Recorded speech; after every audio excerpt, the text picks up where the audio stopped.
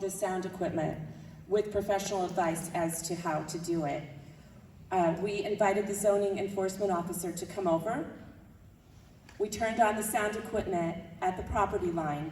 We went inside the venue and we tested how loud we could be inside the venue, decibel-wise, to keep it not going above 65C and 60A. Does that make sense? Yeah. So we had to blare it to 90 to 95 decibels inside the venue in order to get it to the 60 and 65 outside, which means that on average, it's 30 decibels less at the property line from inside. Bear in mind, there was no soundproofing on the windows or doors at that time. This was in the end of January of 2023, before we reopened with our special permit that the planning board gave us.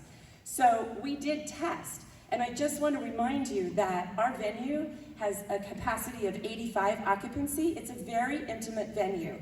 If we were ever, and Brian can testify to this unless he has short-term memory loss, which he might, but that at that day, when we blared the music to 95, I had to leave the room. We have never gone over 90 because we would not have any patrons or artists. So I'm just explaining that there's a 30 decibel difference in between. And the other thing, so in terms of monitoring inside, we monitor. Decibel DBA or DBC or both? How did you? For C, we did both. And for C weighted, we know that we can't go above 95, which is absurd. We could never do that. No one would stay in the venue.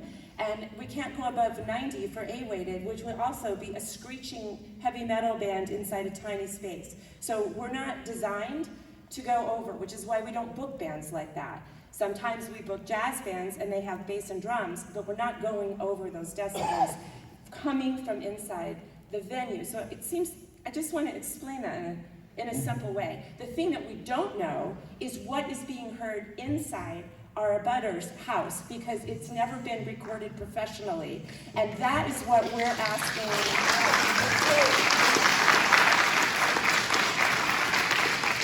So before I sit down, I just want to put out there, what is harm?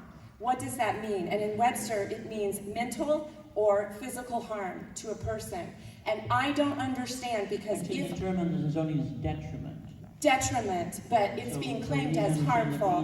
What is detriment? What is detriment inside the place where we have had no professional recording received? And holding up a cell phone to this podium microphone indeed does not provide evidence like some people have presented. I just wanted to say that. I agree with you that